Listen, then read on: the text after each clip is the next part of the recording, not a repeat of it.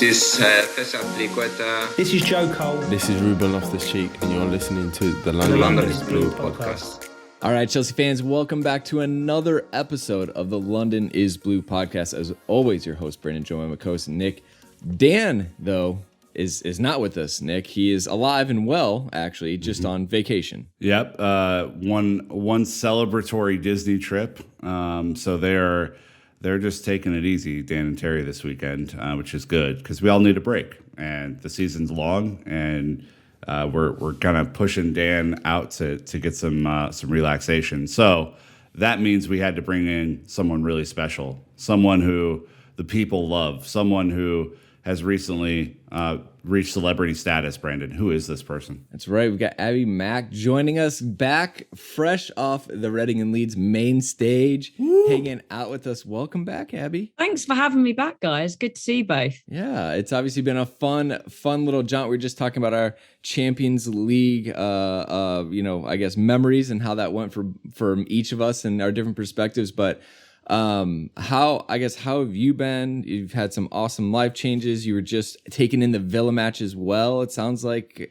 everything is going well. Yeah, it's been an amazing summer for me just because live music is back, getting to put on shows again, getting to DJ in front of people, not just in my kitchen, getting to host the main stage at Reading Festival, which has been on my bucket list for years. It was like the first festival that I went to when I really started getting into music as a teenager. And yeah, that's just been the marker. That's the festival for me. So the fact that I got to host the main stage this year was the biggest buzz. Honestly, guys, I can't explain to you how great it feels to just walk out onto a stage and see like 100,000 people. Can you imagine the noise? It's like being in Stamford Bridge when, the crowd are really up for it and the noise is just like ricocheting around the place.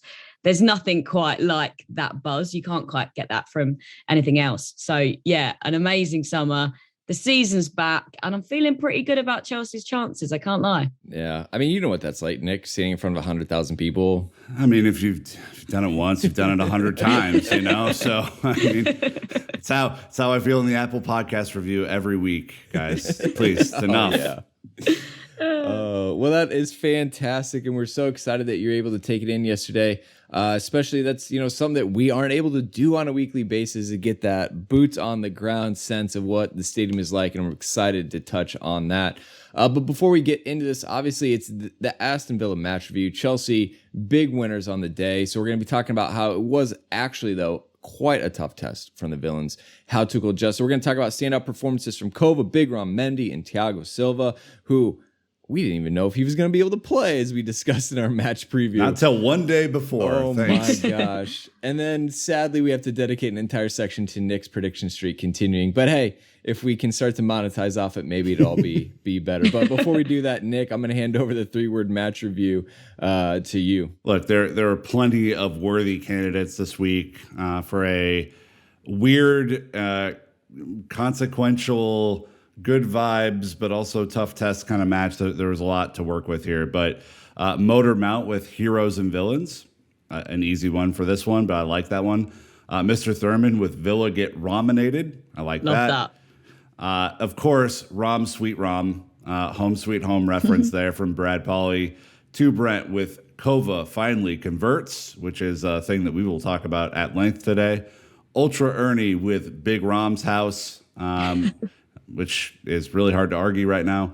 Glenn Coco with undefeated Captain Alonso. Has to be said.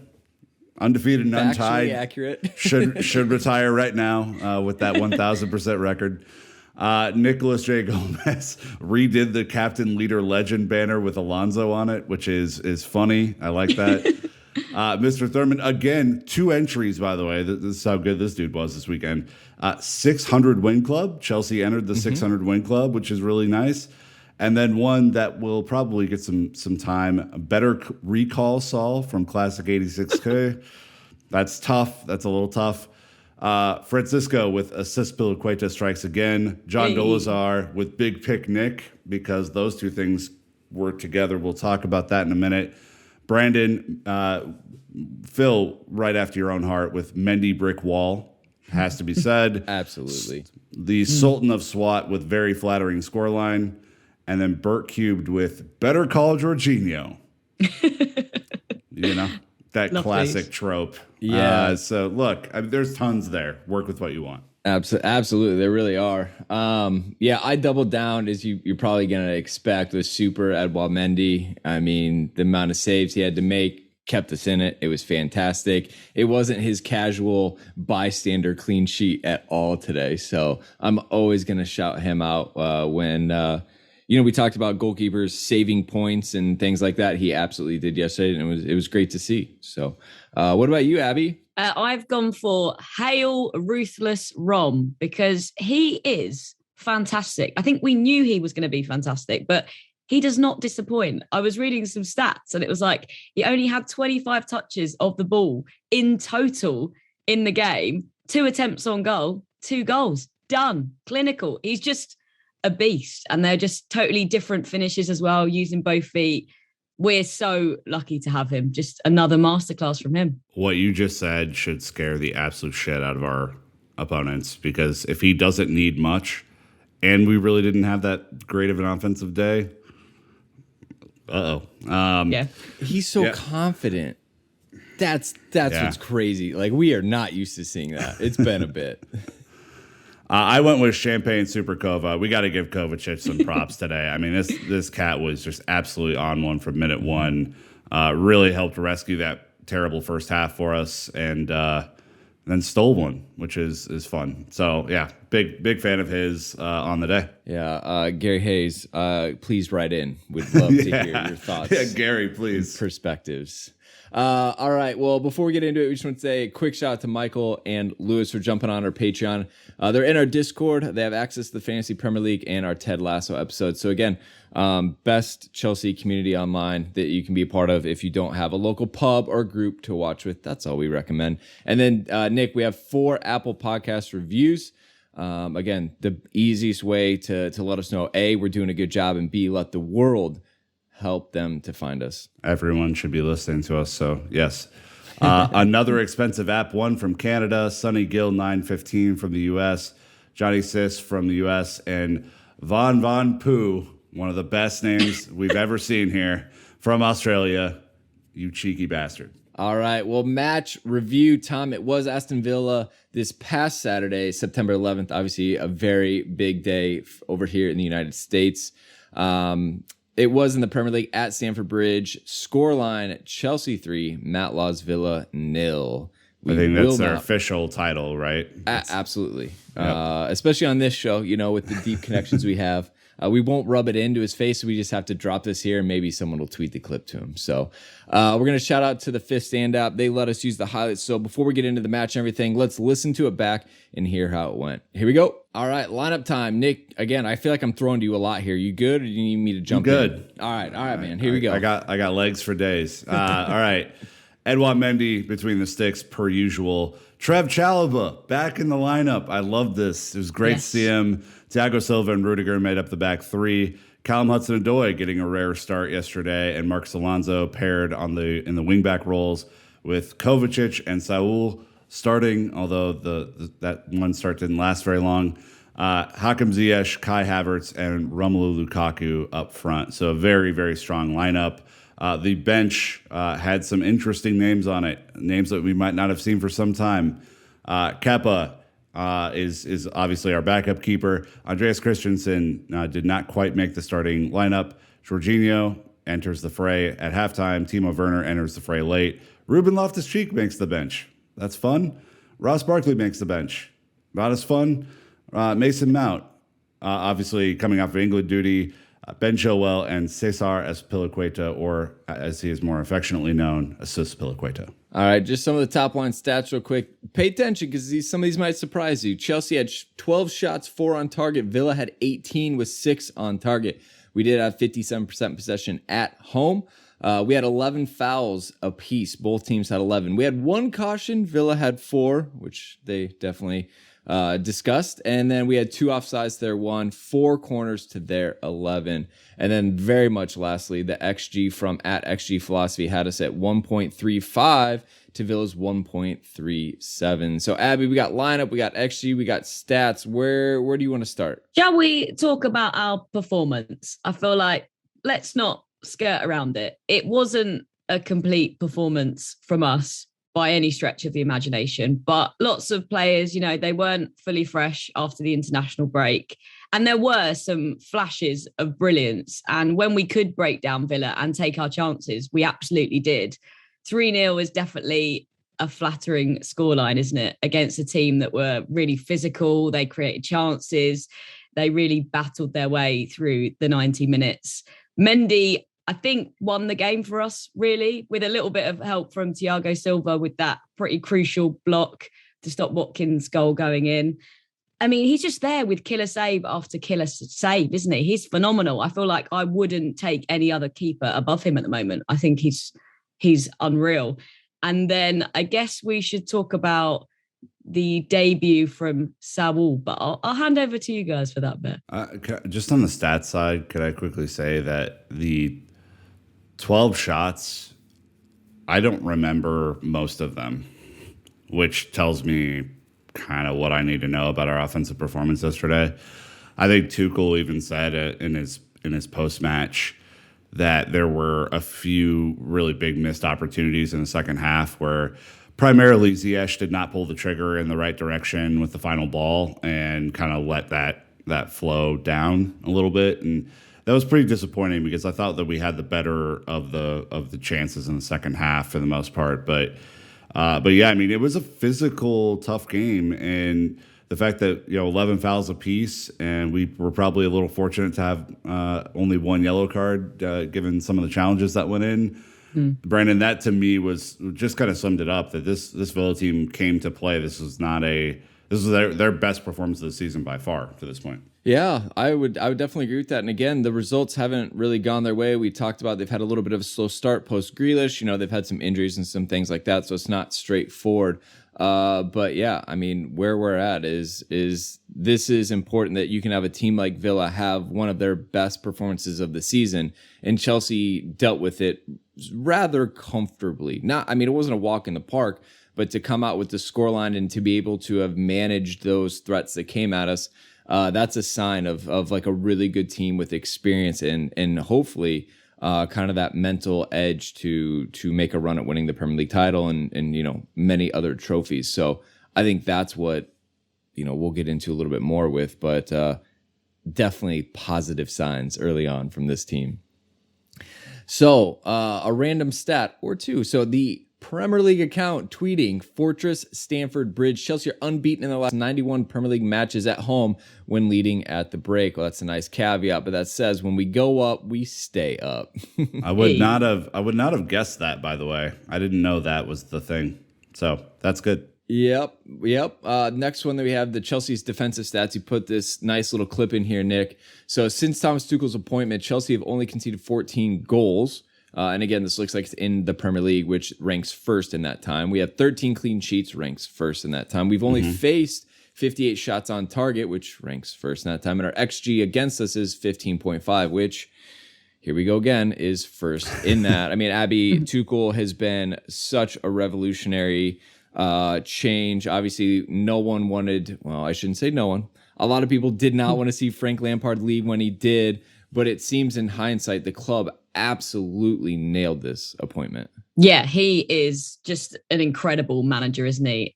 Tactically, he's got it right every single time. Even when sometimes I've been like, you're playing Kepa or you're changing keeper for a penalty shootout. He has surprised us at various points. I mean, he probably will surprise us this season. He definitely did last season, but he always gets it spot on. And, taking on the reins after a club legend is a difficult job, but I think we all love him. He's such a likable guy. Whenever he talks about the club, you can tell that he now loves Chelsea. He's Chelsea through and through. And I think he is getting the best out of these players. There's such a nice vibe around this team at the moment. You can tell that they are all super competitive and genuinely believe they can win everything. And just the way they get on with each other and the connections that are there. So nothing but praise for Thomas Tuchel. What a man. He's been here since late January, and the team has faced 58 total shots on target. I mean, Norwich faced that many in the first 3 games of this season, I think. Like it's just insane, and it Amazing. shows you that threats are being cut out far before they ever reach a dangerous territory, right? I mean, the amount of control that this back five with the midfield has on the game, the amount of outlets they have to pass the ball to each other to get out of tough situations. This system won us the Champions League. I mean, it's very, very tough to break down.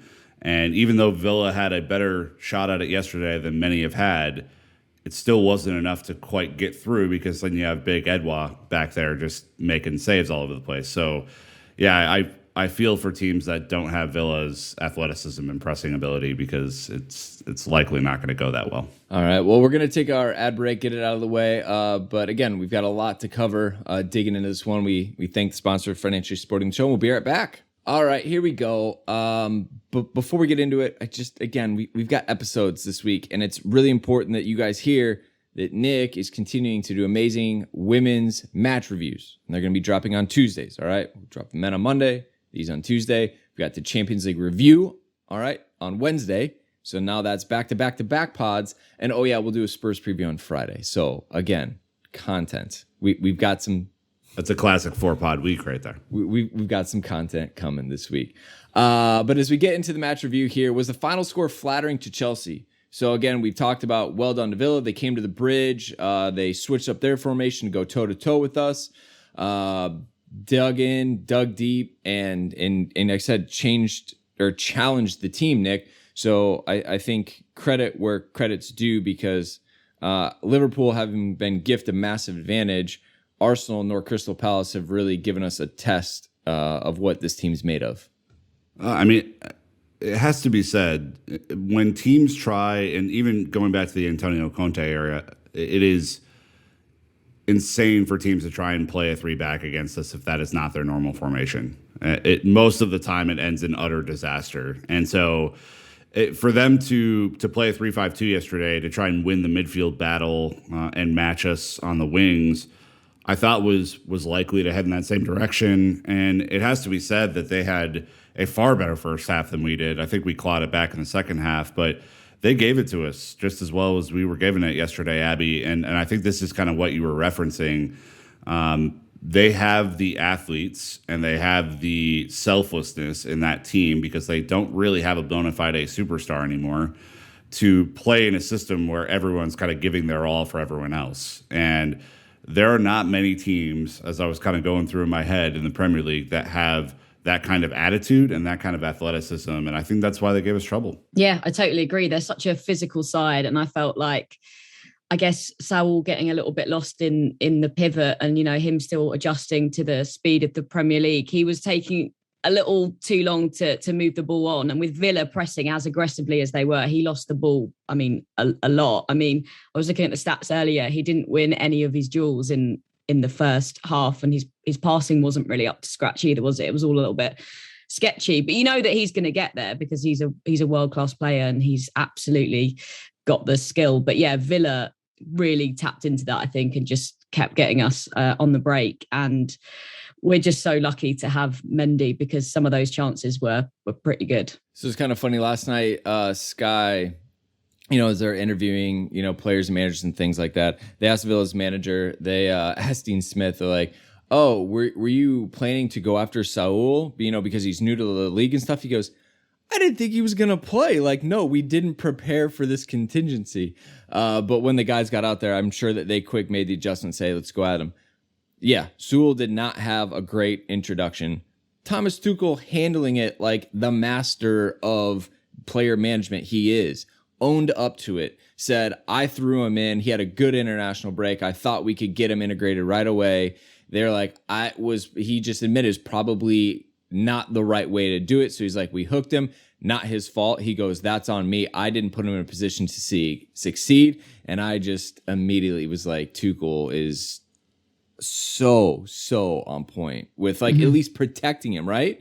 Because now Saul doesn't feel like he takes away the media narrative, right? I think a little bit out of that. I read those quotes a little bit differently, though. I don't know. It probably just not hearing the interview itself, but the quotes are kind of tough. There were some big mistakes, passing mistakes. He struggled with the intensity.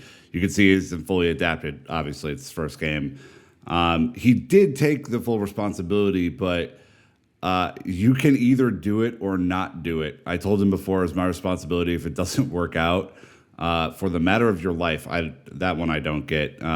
He struggled a bit and created some half chances for Villa. This is what I saw. I counted 6 times, Abbie, where he lost possession and Villa went on a break against us. And that in a team where that doesn't happen very often, right? Because there's so much control, it's very noticeable if someone's having an off day. And unfortunately, it was him. Yeah, absolutely. It felt like Kova really carried him in the first half. I think if he wasn't having a great day, we'd have felt it even more so. But it felt like as soon as Jorginho came on for the second half, it was like, let's all take a collective deep breath. There was just a lot more control and organisation in the midfield, wasn't there? Which was exactly what you need. And it makes you realise he totally controls the tempo for Chelsea. And the team miss him so much whenever he's not on the pitch. The audio quotes, in my opinion, sounded much more empathetic and like caring. Okay. To Fair the enough. Point, when you read those, they do sound damning. And I get it. You know, Abbie even said it, and Statman Dave tweeted it. Saul won 0 of his 7 ground duels. You know, you think about those back passes that literally went to Ollie Watkins, who then cut in and got there. Or he didn't lose it to Ollie, but he gave it to whoever else was in attack. Got it right to Ollie. I'm sure he gave it to Ings. And there were some very obvious moments where it didn't come out for him.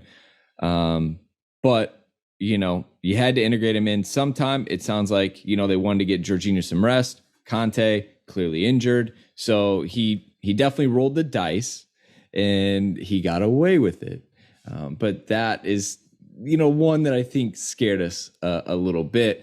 But at the same time, it gave Kovacic a chance to establish himself. It gave him a chance to be a leader from the middle.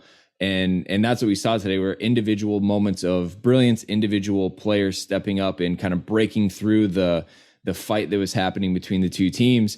And again, Mateo Kovacic was at the middle of it. He had himself a day. He picked up right where he left off against Liverpool and continued his form in a man of the match performance against Villa. My only question is, will it be a Dan of the match performance? We'll see. We'll see what the Twitterverse has to say. So I guess Abbie, Mateo Kovacic is probably what 2 years ago won like Chelsea's Player of the Year, then was largely frustrating to watch last season. Tuchel, I guarantee, is set new expectations for Kovacic and what he brings to the team.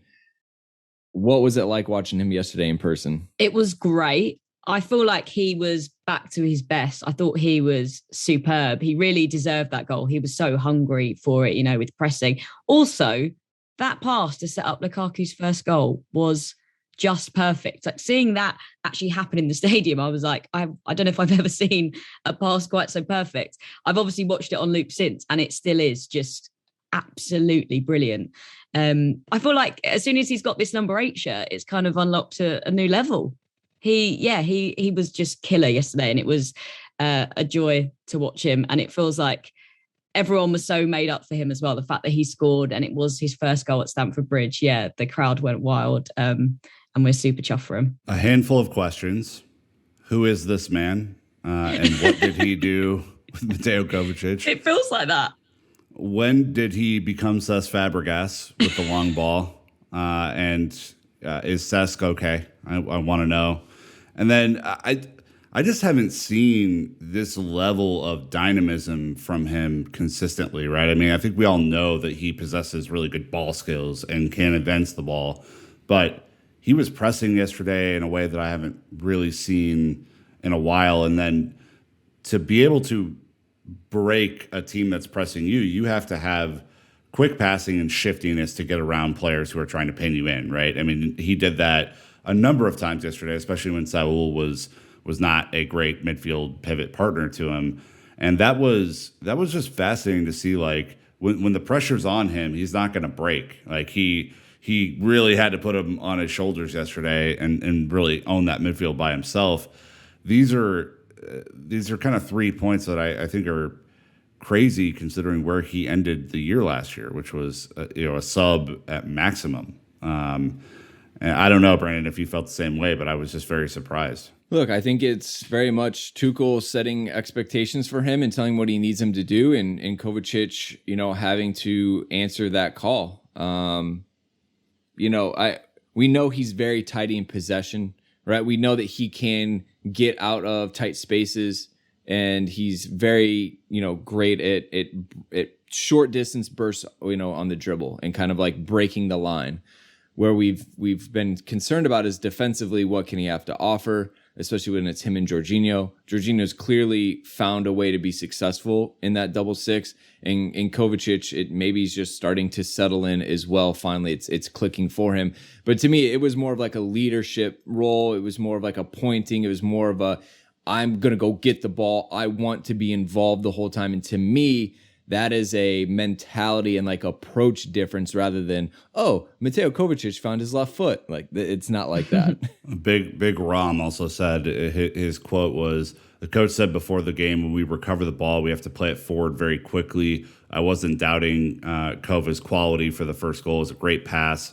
And he basically said, I played with Tuanzebe back in the day. He knows I'm left footed. So he switched to my right, which gave me the opportunity to kind of pivot off of that. And so it was just it was a mirror goal to Fabregas Acosta back in 14-15. It was an unbelievable play forward. Big day statistically for Kova. At OptaJoe saying 3, Mateo Kovacic has both scored and assisted a goal in the same game for the first time in the Premier League and third time in his top 5 European League career. Also doing it for Inter versus Sassuolo back in 2014. He's probably a teenager then. And then Real Madrid versus Real Sociedad in 2017, a rarity. And then Mateo having fun with it as well. Finally scored at the bridge, laughing emoji face. Great team performance, bicep flex. I mean, it's good. He's aware, he gets it, but he celebrated like, hey, are you surprised? Like, been here before. I loved CFC Carl saying Kovacic since getting the 8, and he put a picture of Lampard up there. I was like, my God, we're getting out of hand now, guys. All right, can we just if he does that 20 more times this season, maybe. All right, so Kova, great day, loved it. Edouard Mendy, great day, really loved it. All right, expected Chelsea tweeting out some of the stats over the last 2 matches. Right, so Liverpool down a man for essentially half a match plus. And now Villa, he's had 12 saves, 9 saves from inside the box, 4 crosses collected, 3 punches, 14 of his 29 long passes completed. That's hair under 50%. Needs a lot more recognition. Maybe from outside Chelsea. Abbie, to your point, you said you'd take him number 1 overall. I'm right there with you. He is even raised his level, it seems like, again this season on top of everyone else's. And you just feel good. Like, poor Kepa, sorry, boss, but like Mendy is in such good form right now. Yeah, you just feel so comfortable, don't you, with him between the sticks, just because he is so reliable. And like you say, with stats like that, he's kind of superhuman. I mean, during that Villa game, he made a save and then literally 2 seconds later had to make another really difficult save. Makes it look easy. We're lucky to have him, but I totally agree that outside of the Chelsea fan base, I think he's still a little bit underrated, but that's fine. That's normally the Chelsea narrative, isn't it? Being the underdog. So whatever. He's on pace right now. Long way to go, but he's on pace to join Cesar Azpilicueta in the greatest bargain purchases of all time category. I mean, like, yeah, 25 million or whatever we paid for him to be UEFA goalkeeper of the year, to have the type of year that he had last year, and to be physically in his most dominant phase of his career means that, when Villa try and play corners or have really difficult set pieces from difficult angles, he's able to come out and claim, because he is 6'6" and has a wingspan that is 7'1", and there's just no one who can jump that high. So, yeah, I mean, he is insane. He was my man of the match yesterday. Nothing against Kova. I couldn't believe that it was the one from Konza where he mishit it and kind of floated it, and he was already on the ground and then got up and saved it again.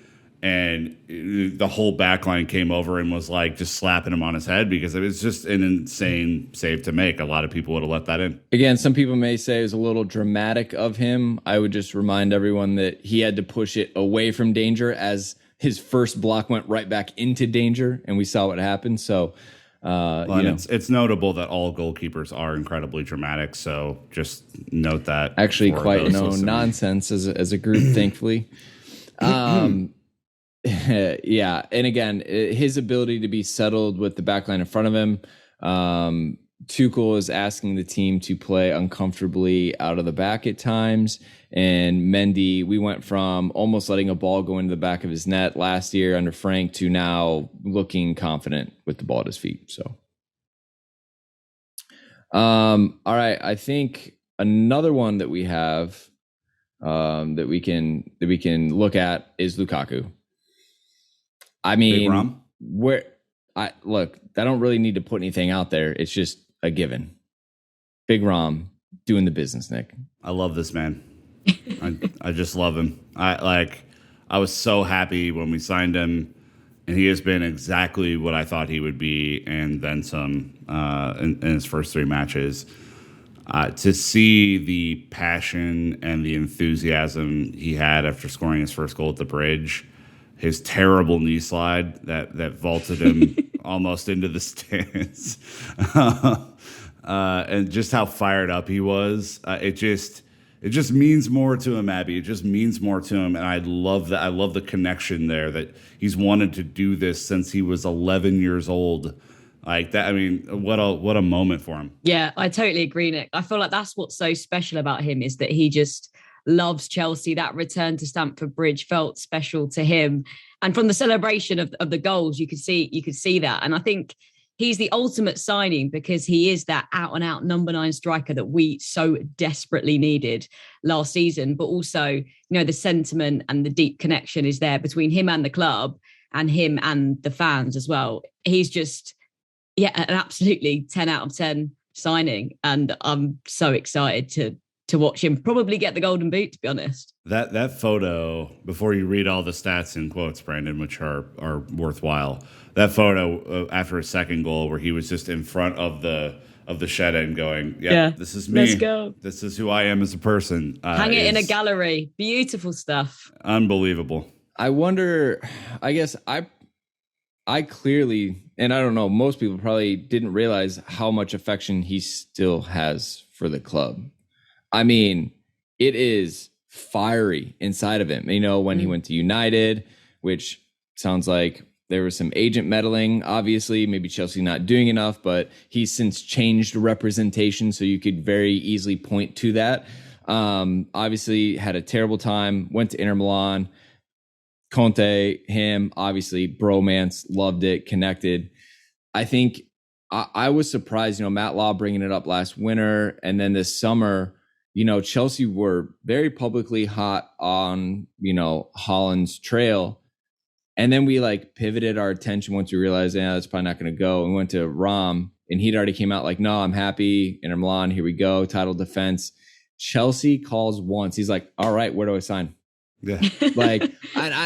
I just didn't realize that his affection for the club was still so strong. I mean, he literally was like, do not care about United, do not care about Inter Milan. Like, if Chelsea are asked me to come be their number 9, I can't say yes fast enough. And I think that's what makes this such a perfect match for the club, the fans, and the player. I mean, the reception, each time he scored, I don't know how it sounded to you, Abbie, being in the stadium, but it sounded like the place was about to fall to the ground. It was unbelievable. Yeah, the level of chanting, just people absolutely love him, and you can tell he's buzzing off it as well. It's his boyhood club, and like you say, Chelsea give him the call, and he's there. He wants to come and emulate his hero, doesn't he, in Didier Drogba? And I think, man, so far so good. He's put in some fantastic performances, and he's just so clinical. He literally just gets a sniff of goal and it's in. So long may it continue. The second one, absolute laser from out. So he had to good. get it out of his feet. I was like,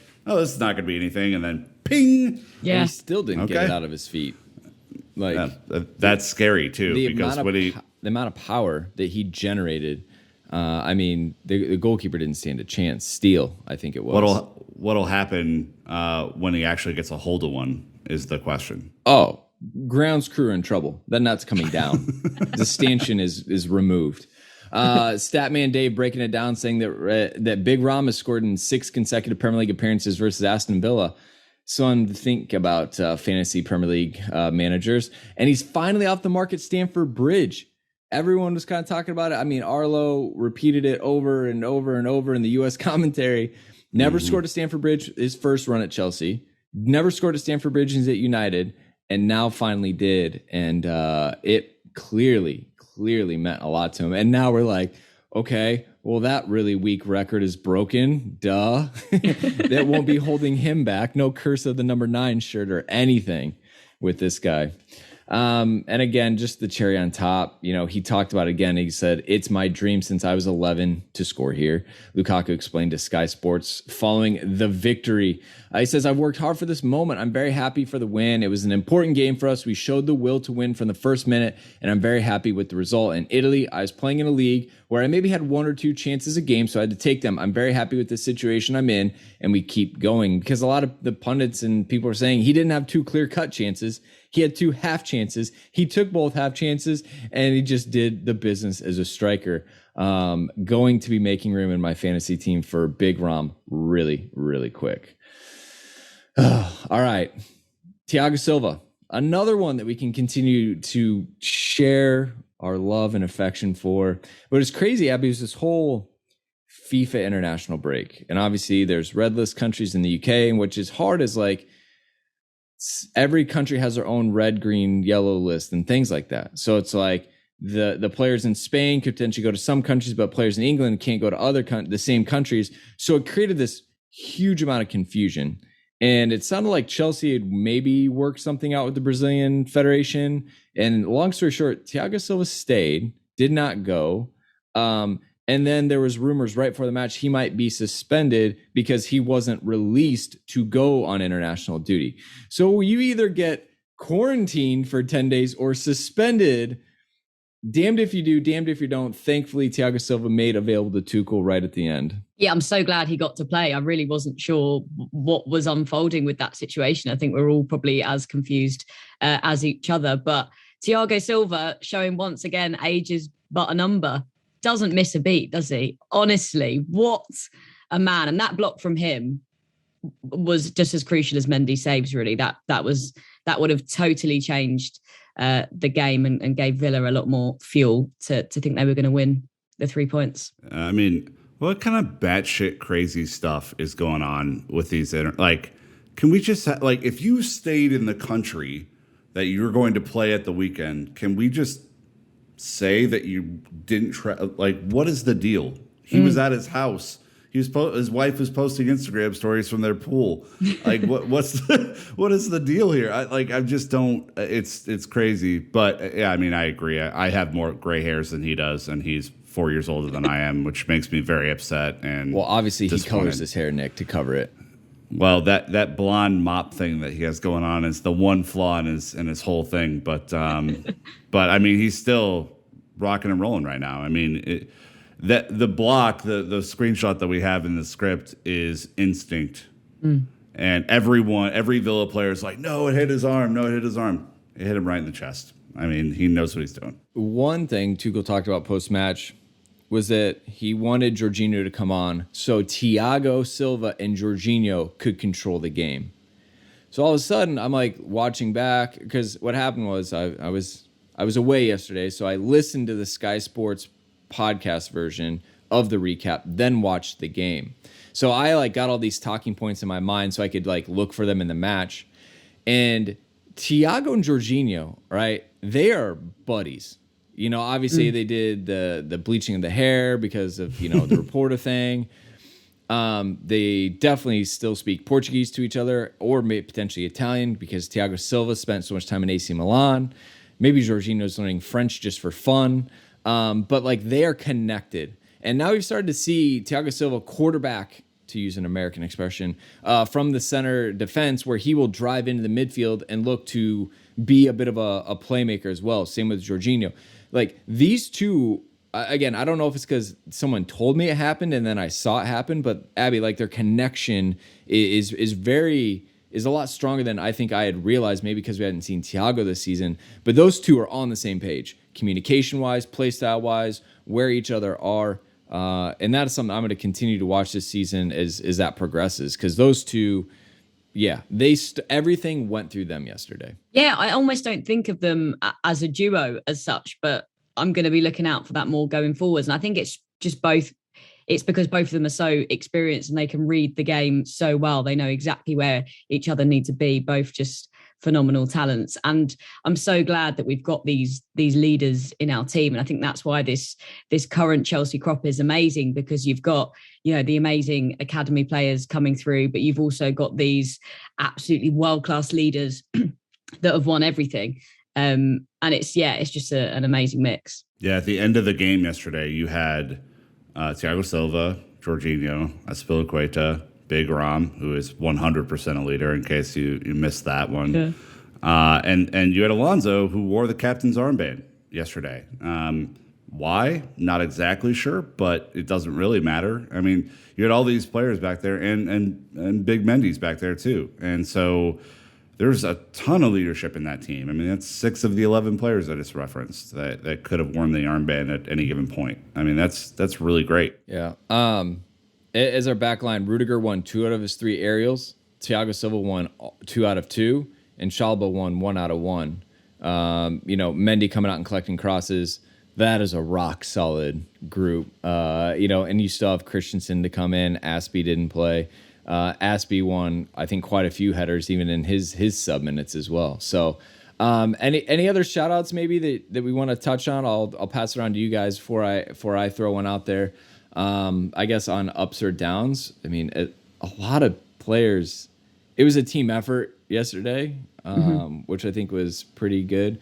Kai Havertz was in there. Ziyech with some rare minutes. I was kind of down on Ziyech, even though I think he created some stuff yesterday. I mean, I think he was more selfish, because I think there's so much competition in the team that you have to stand out these days to get a consistent run, and he just made some really, really poor decisions all day. You mean when he shot from 25 and he had 2 or 3 passes on? I was like, dude. And the thing that really bothered me is that it was him and Callum and Kai on the right-hand side for most of that first half when things were not going that great. So when we did get the ball, I was like, all right, let's do something. Let's pass the ball around. And Kai was passing and moving, making great runs all first half. Ziyech and Cal did not look his direction once when he would make a darting run into the box, and it drove me up the wall. I couldn't believe it. I was like, that's a really dangerous player you're just not passing the ball to right now. So someone on Twitter was like, well, yeah, he's a guaranteed starter, and the other 2 need to make an impact, so they're probably looking to do something special. I was like, they would do something special by playing the team game that Tuchel wants them to play. Like, that's the thing you're missing in this, is he would applaud them for making the smart play, not the selfish play. And I think that's the thing that kind of irked me. I thought Ziyech was primed for Zenit, actually. Again, we saw how good he did in the Champions League last season. Put him in against Villa. Then, to be fair, that right side was tough yesterday. Not for their own fault. Chalobah, Callum, Ziyech, or whoever, and then Saul being over there a little bit. You had a lot of fresh faces on that right side. And they did with it as best they can. Like, I wouldn't say it was Chalobah's best game, but again, not to a fault. I wouldn't say it was Alonso's best game, but again, not to a fault. And that's what you need. If you're going to have a not your best day, but it doesn't cost the team, we're in a good spot. So, Abbie, anything you want to add in on that, or something else on your own? I was going to say, I was happy to see Chalobah back in the starting 11. I just think he's a really promising young player, because he can do the defensive stuff, but he can also be progressive and move the ball up the pitch. Not necessarily his best performance, but I'm excited that there definitely is a space for him in the team this season. It's phenomenal experience, really quick for him to have Ollie Watkins drive at him all game. I mean, that's a nice way of putting it.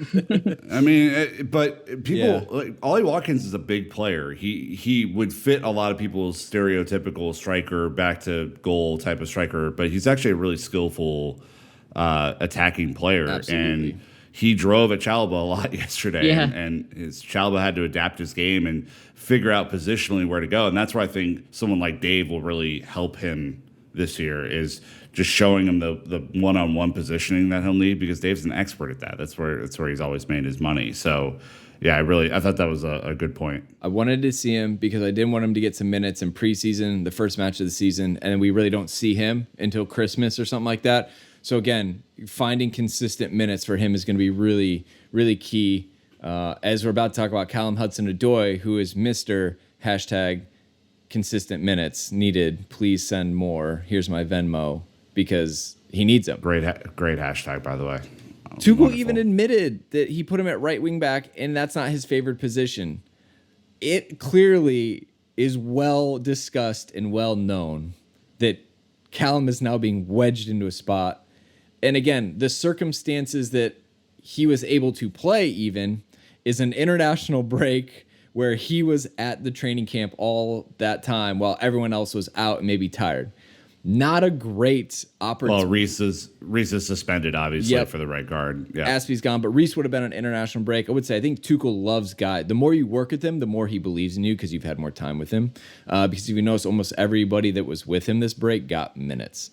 But again, Callum-Hudson-Odoi, Abbie, what did he look like for you guys? You know, playing as the right wing back. Obviously, he got into attack later, but how did it look from your perspective before I kind of give our perspective from the television broadcast? I thought he started well, and he actually looked quite sharp. He was taking players on, you know, he was doing what he does best, moving the ball up the pitch, crossing it in. But then I think he lost his way a little bit. And that's probably because he's playing in a position that he doesn't love. He wants to be, you know, an attacking player.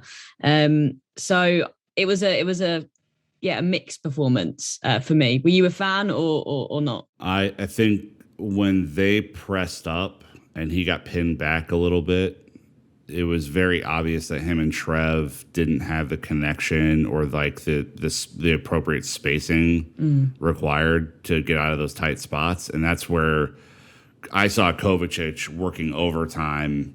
If you noticed, about halfway through, him and Saul switched, swapped, whatever. Yeah, there was some word in there that I was trying to get to that I didn't quite get to.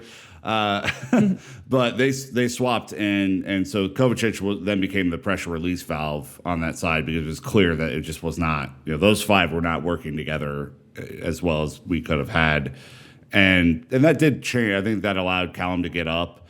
He made some decent crosses into the box. There's no doubt about it. But then to see him when the substitutions happened, to see him get to play his favored left wing position as a part of a three, I thought you just saw him smile like he was playing where he was supposed to play. The difficult part, though, is that we know that is the most contended position in the entire team. I mean, you have just today, you had Cal fighting Ziyech and Havertz and Werner for that spot. Not to mention the fact that you're going to have Pulisic come back eventually for that role in which he's played his best position there. So it's just really going to be tough for him to get minutes at his favorite role, which is hard. It's going to be tough for him to get minutes, period. Like at right wing back, you know, Reece locked down, Aspie can play there, and Callum. You know, and it's not easy for... Oh, don't forget Mason Mount is a part of that front three as well. So, you know, whatever. Correct. Yeah. You know, and then it's not easy for a player to like have a tactical plan for a right wing back, and then I guarantee when he got moved to left wing, they just said, "You've got experience, like you know what to do, kind of figure it out," right? So now he's like kind of working on his own accord and like what he thinks he should be doing. But Abbie, I think you nailed it.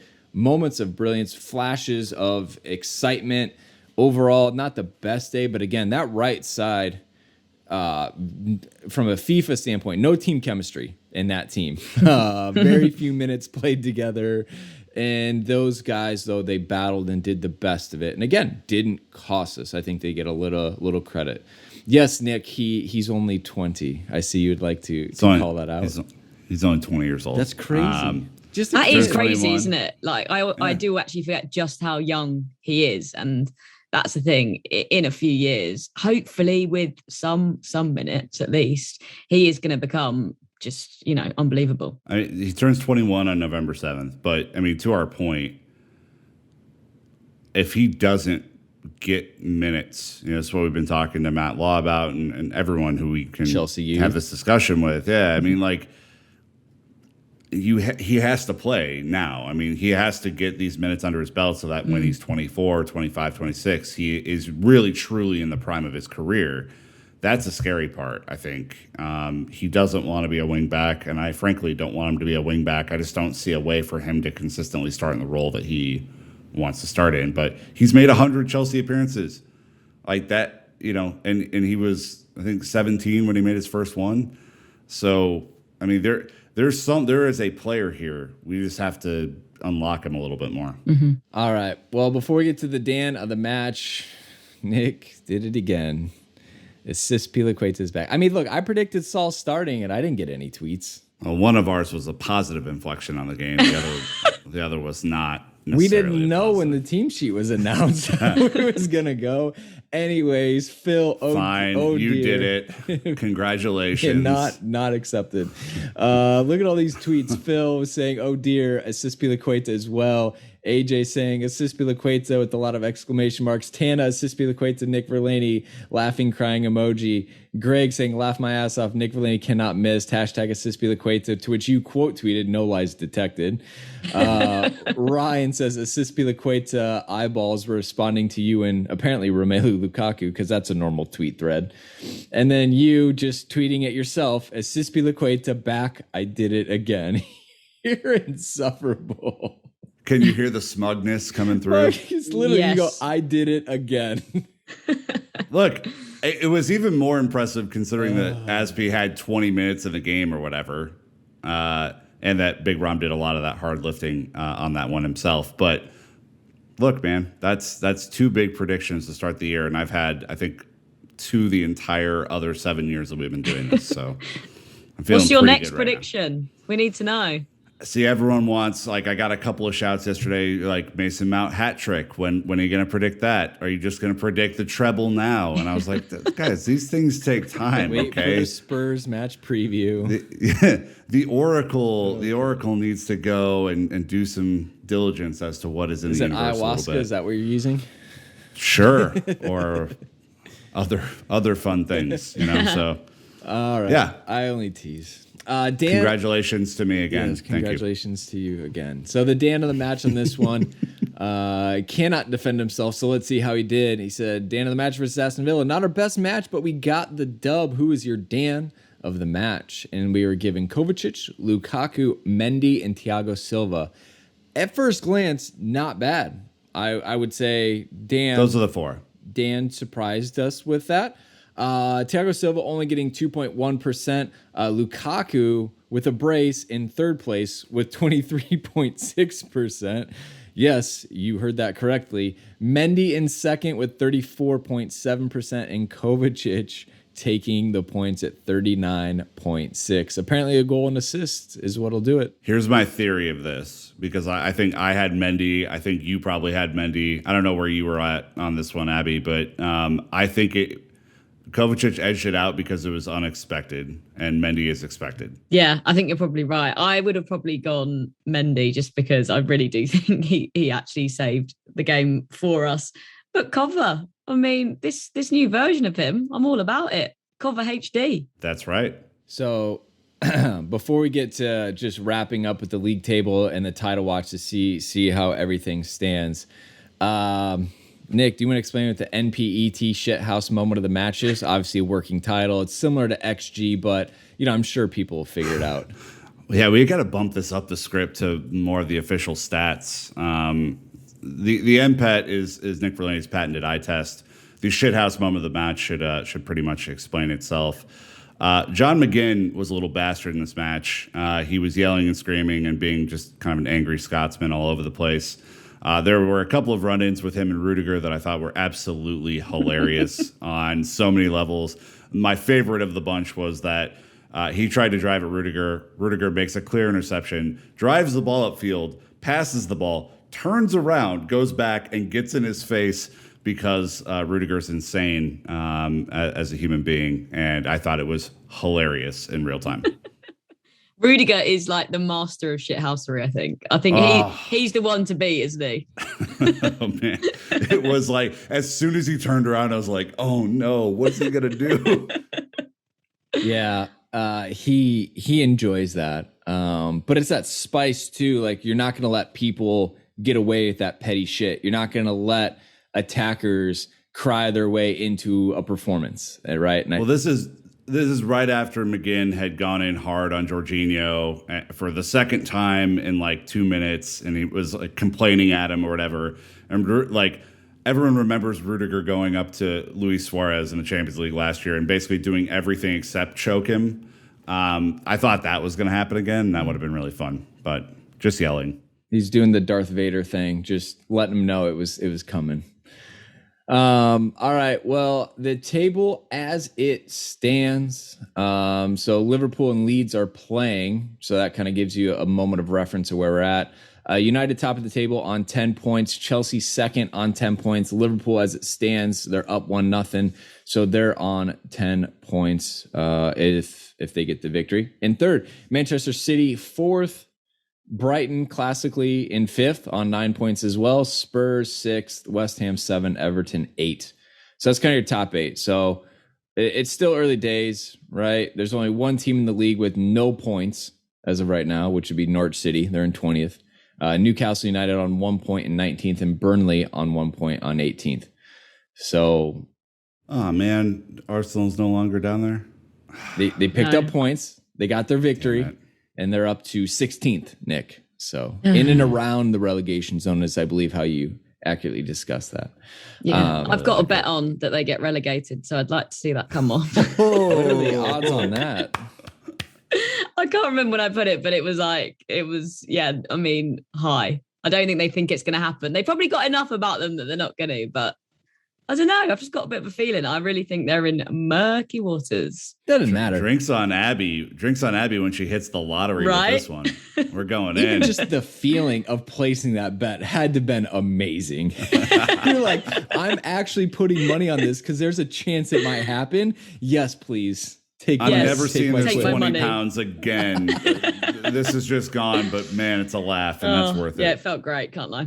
Oh, man, I love that. Well, that is a great way to wrap this one up. Abbie, again, thank you so much for joining us. So glad to hear you're at the match and crushing it in front of 100,000 people, and just everything is going well for you. We appreciate that, and our community loves when you're on, so they will be shouting you out. So thank you for that. Oh, I hope so. Thank you so much for having me. All right, Nick, obviously crushed on the script work. Really, really appreciate that. Chelsea fans, enjoy. All right. Second place right now, behind United, aka Ronaldo. But we're in such a good spot. A couple tough tests coming up, right? Spurs and City in the league for the next matches, but we're starting to add the Champions League fixtures in, so it's going to come thick and fast. Again, do not forget to listen to the women's match review. Smashed Everton 4-0, so it'll be a fun one to relive. So anyways, that's going to wrap us up, Chelsea fans. But until next time, you know what to do. Keep the blue flag flying high.